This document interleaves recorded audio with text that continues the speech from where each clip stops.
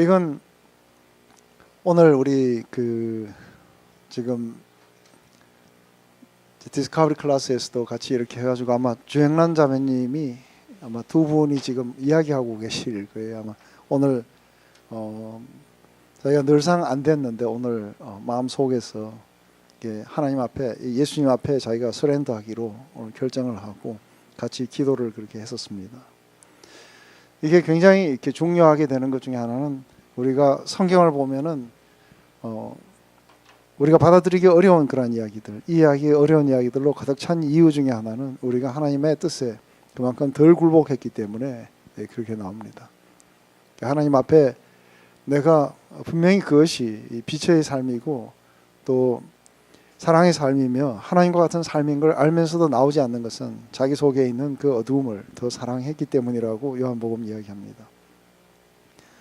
그렇기 때문에 우리가 의를 위해서 고난을 받는다든지 또 아니면은 우리가 억울한 일을 당했을 때 여전히 우리 속에 옳은 대로 행해주고 싶은 그 이유가 있다면은 그것은 바로 하나님 앞에 덜 굴복했기 때문에, 그리고 단순하게 고난을 갖다가 안에서 우리가 피해야 될 그런 어떤 하나의 불운으로 그렇게밖에 치부하지 않습니다.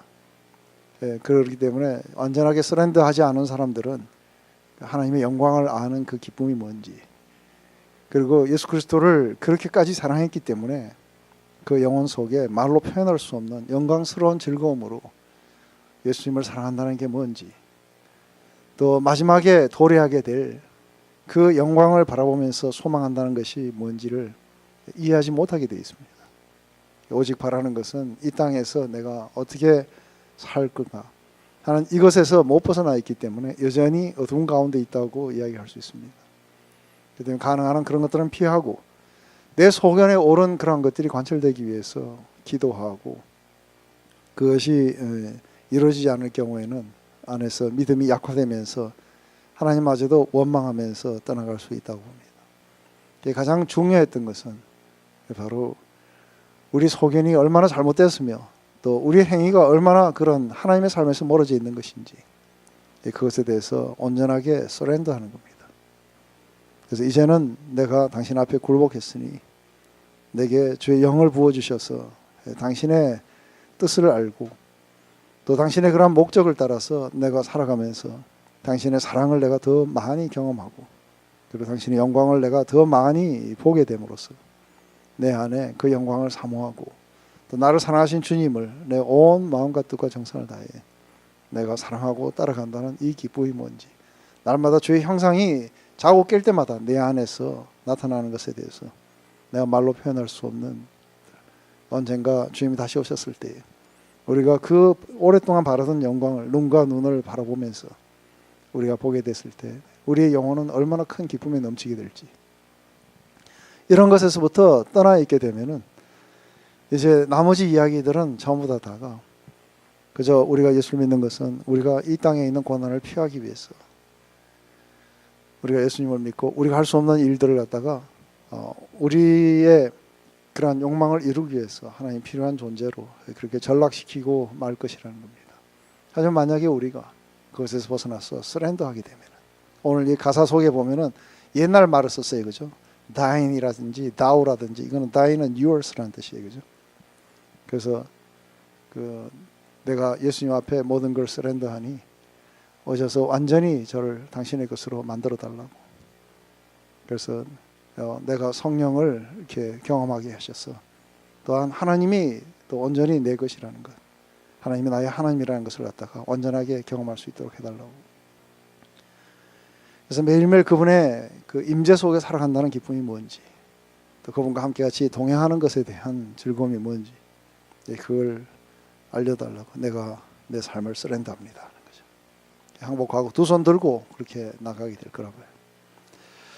우리 오늘 베드로전서 4장 우리 1절부터 6절까지 우선 한번 같이 읽어보십시다. 4장 1절부터 6절까지를 베드로전서 4장입니다. 네. 그리스도께서 이미 육체의 고난을 받으셨으니 하고 이야기합니다.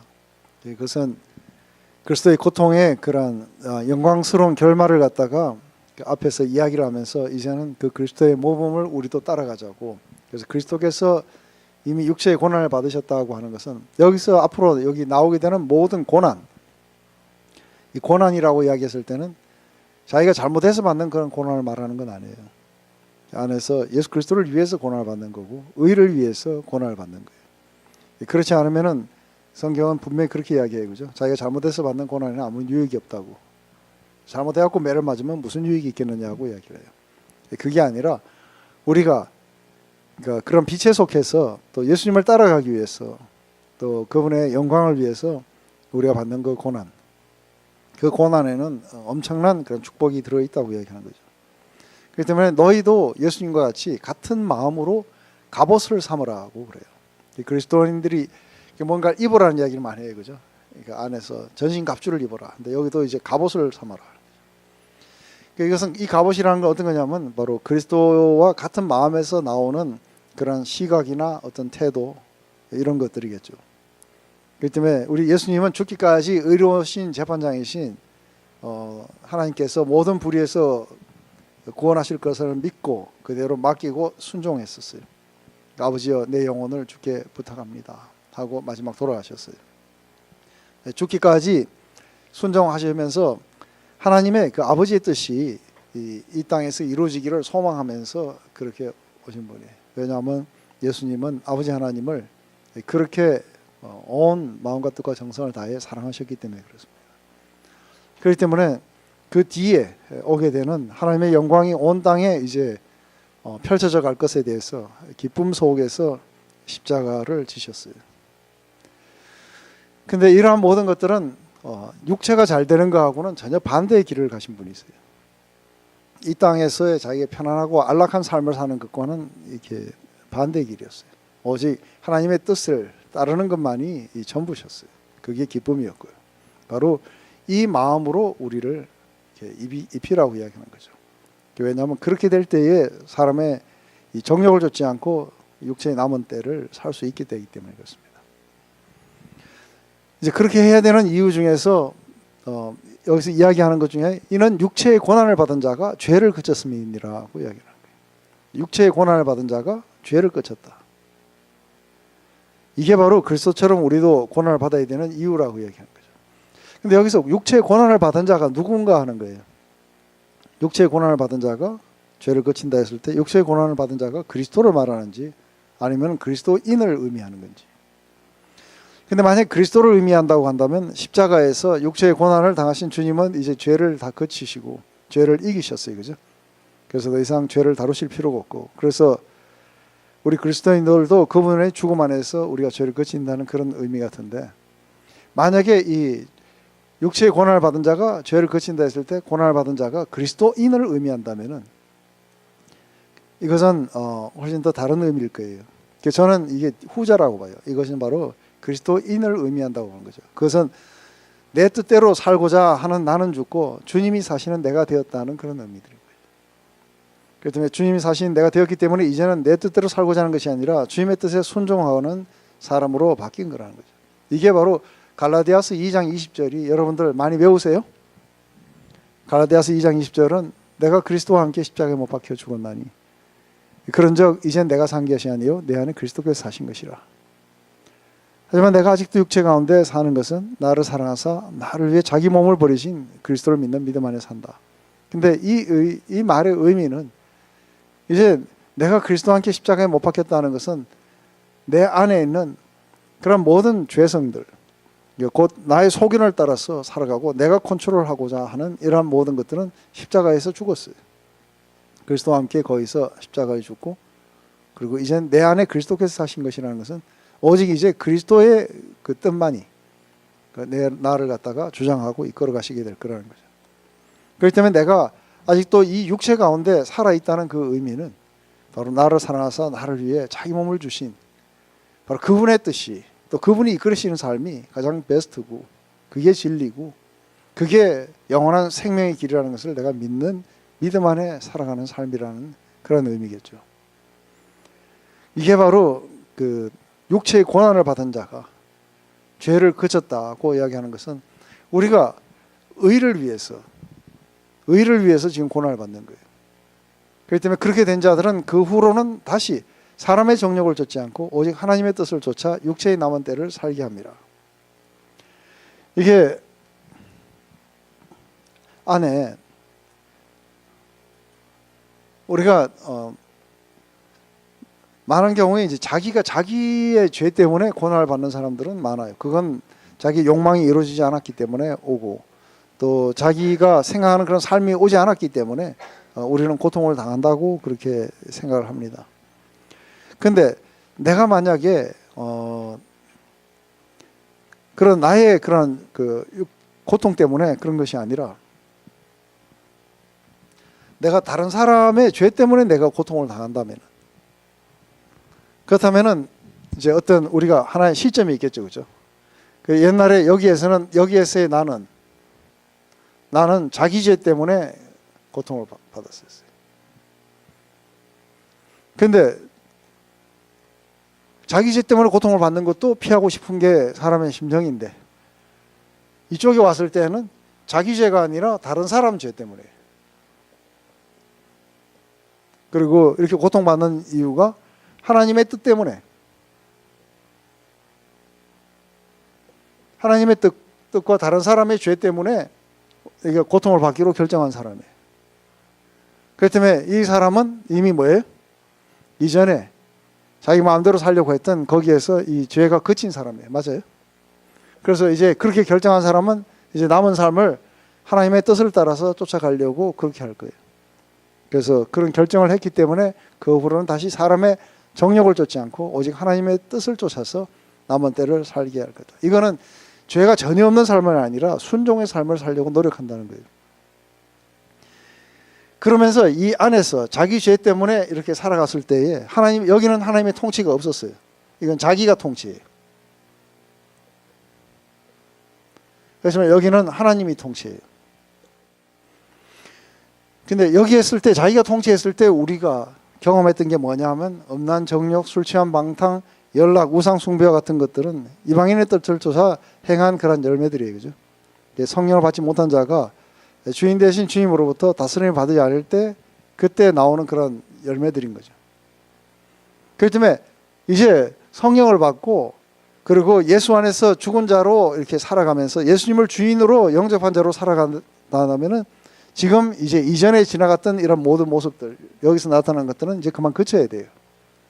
그치고 그 대신 뭔가 새로운 게 오겠죠. 이게 새로운 게 뭐냐는 거예요. 이거에 대해서 이전에 너희들 이렇게 살아갔는데 이제는 새로운 것이 와야 된다고 이야기를 하면서 이 두 가지를 비교해줘요. 그래서 이전에 이런 이야기들을 쭉 열거하면서 지금 이때에 지었던 그런 이야기들은 이전의 삶으로도 충분하게 지을 만큼 지었다는 거예요. 충분하게 지을 만큼 지었으니까 이제는 순종을 해야 될 때가 왔다는 거죠. 그죠? 그렇기 때문에 하나님의 뜻을 거역하는 것은 그리스도를 받아들이기 전에, 중생하기 전에 가졌던 태도이기 때문에 중생하면서 더 이상 하나님의 뜻을 갖다가 거스르지 않으려고 노력하게 될 거라는 거죠. 근데 바로 이전에 하나님의 뜻을 거역하던 그때의 삶이 끝났다는 거예요. 왜냐하면 지금은 하나님 뜻 때문에, 다른 사람의 죄 때문에 내가 고통을 당하고 있기 때문에. 이게 바로 의를 위해서 고난을 받는 거예요. 그렇기 때문에 이전에 자기 죄가 다 끝나겠죠. 그죠? 바로 여기서 우리를 건지신 것은 금이나 은으로 한 게 아니라 보배로우신 그리스도의 피로 하신 것이라고 이야기를 하는 거예요. 그렇기 때문에 안에서 이렇게 이야기를 해요. 너희가 음란과 정욕과 술 취함과 방탕과 연락과 무법한 우상 숭배를 인하여 이방인의 뜻을 쫓아 행하는 것이 지난 때에 충분하게 할 만큼 했는데, 그렇기 때문에 사람들이 우리를 갖다가 공격하는 이유는 이러므로 너희가 저희와 함께 그런 극한 방탕에 다름질하지 아니하는 것을 저희가 이상하게 여겨 비방하나니. 그래요. 여러분들이 혹시 예수를 믿으면서 제일 먼저 이렇게 경험하는 많은 감정 중에 그런 게 있어요. 한때 잘 놀았었는데 어느 날 예수 믿고 난 뒤에 친구를 만나러 갔더니 이게 술 안 먹는다고 비난을 당하고 이런 것들을 경험해 본 적이 있었어요? 저도 아주 저희 동사들하고 그냥 매일 밤 매일 밤 가라오케 오차를 하면서 하다가 어느 날 갑자기 이 동생이 어느 날 예수 믿는다 하면서 선을 하니까 저 골치 아픈 게 걸려들었다고 본 거예요. 제가 대학 다닐 때 아주 쿨한 사람이었는데 제가 나중에 그 선교사가 되겠다고 하와이 갔다 와서 동창회를 갔더니 제가 이렇게 하나님을 믿는 것에 대해서 또 그러한 길을 가려고 하는 것에 대해서 굉장히 많이 조롱을 했었어요. 조롱을 하면서 이상이 제가 그렇게 하는 게 굉장히 이상한 거예요, 그죠? 여러분들도 그런 거 경험해 보신 적 있으세요? 그런 게 없다면 여러분들은 아직 덜 믿으시는 거예요. 근데 그런 어떤 것들이 이렇게 생겨나면은 자연적 가족이나 아니면 친구들이나 또 자기가 속한 그런 것에서부터 이상하게 여겨서 이렇게 비방하게 되는 거죠. 그렇기 때문에 하나님의 뜻을 거친 그리스도인들이 비방받는 건 당연한 거죠, 그죠? 왜냐하면 이들은 뭔가 변화가 있었다는 것을 갖다 감지하기 때문에 그렇게 하는 거죠. 그렇기 때문에 이제 이전하고는 그렇기 때문에 뭐라 할까요? 내가 이제는 그런 것들을 감수하면서도 살아가겠다고 생각하는 사람은 이전의 것들을 그쳤기 때문에 그런 거죠, 그죠? 육체의 고난을 받은 자가 자기 죄를 그쳤습니다. 이게 뭔지 이해되세요?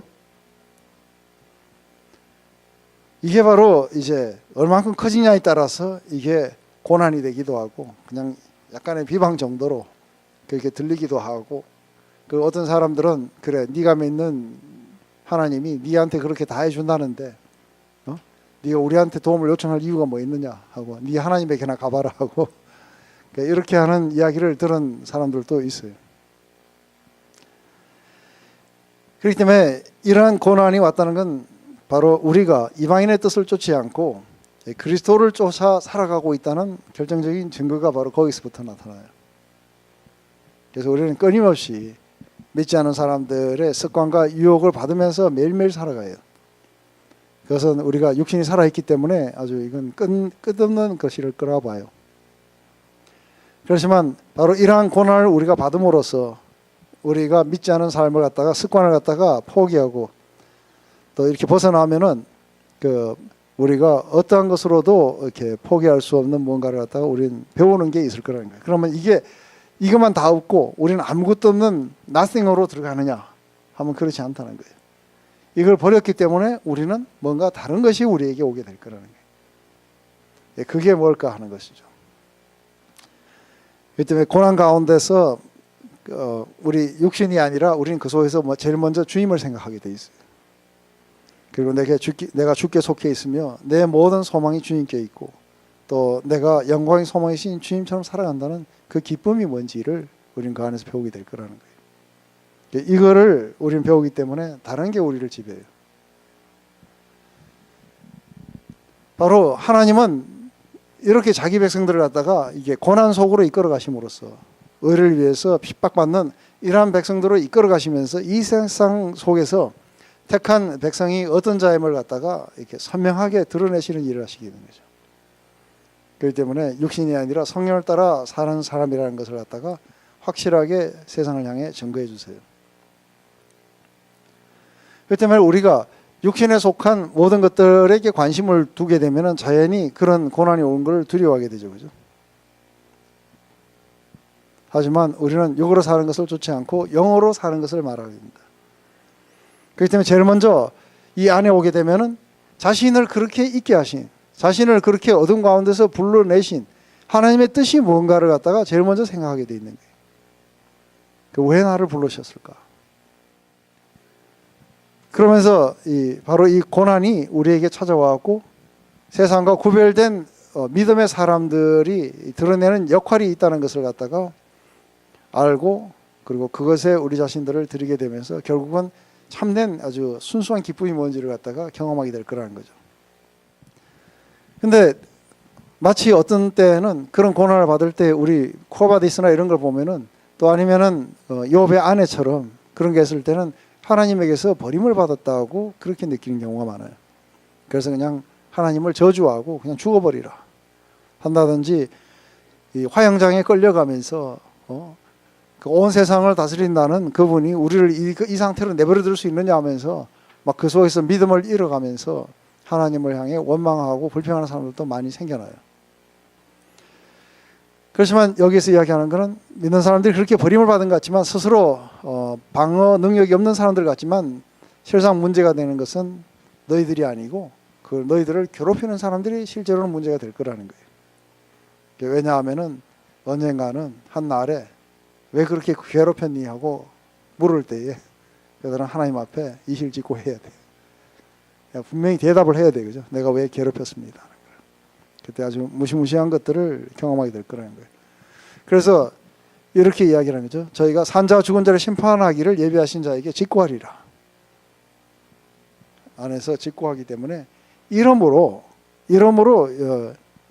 이를 위해서 죽은 자들에게도 복음이 전파되었으니 이는 육체로는 사람처럼 심판을 받으나 영으로는 하나님처럼 살게 합니다. 이러므로 죽은 자들에게도 복음이 전파됐다는데 이 죽은 자들이 누군가 하는 거예요.